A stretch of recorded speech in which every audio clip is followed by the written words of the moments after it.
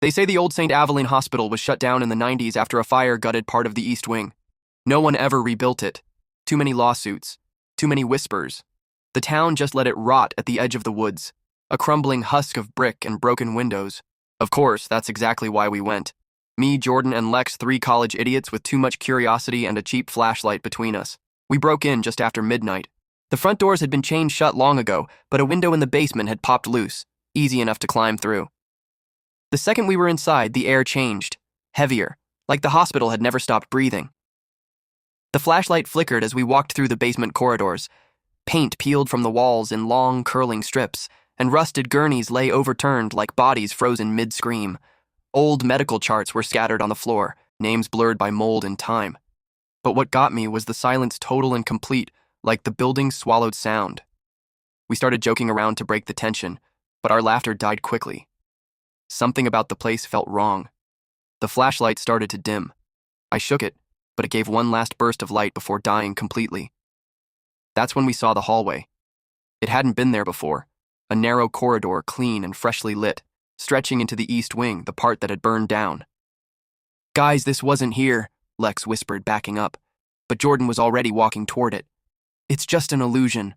Old buildings mess with your head." He stepped in. The light behind him flickered and vanished. Gone. Just gone. We screamed his name, ran forward, but the corridor was gone too. Just a wall. Solid, charred, and real. Lex and I turned to run, but the basement layout had changed. Corridors twisted in new ways, doors we'd come through were sealed. Every direction we tried only led deeper into the hospital, and then we started hearing it. The intercom. Code blue. East wing. Room 413. Repeat. Code blue. Over and over in that warped, garbled voice. Then Lex vanished. No sound. No scream. I turned my back for a second, and he was gone. I was alone. Somehow, I ended up in what looked like an old patient room. The walls were scorched, the ceiling half collapsed, but on the far wall, something moved. A shape. Human almost.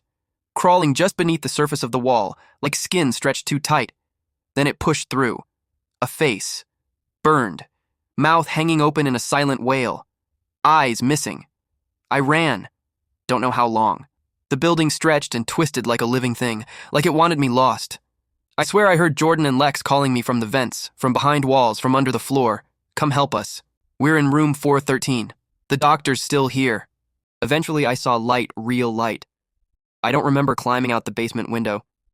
I just remember dirt in my hands, the cold night air, and the distant scream of the hospital's intercom still echoing through the trees. That was 3 years ago. Jordan and Lex were never found. The cops didn't believe a word I said. Who would? But last week, someone sent me a package. No return address. Inside, a medical chart, charred at the edges. Patient. Lex Owens' room, 413. Status. Still under care. Next of kin. Awaiting arrival. I haven't slept since, because I know what it means. The hospital isn't abandoned. It's waiting.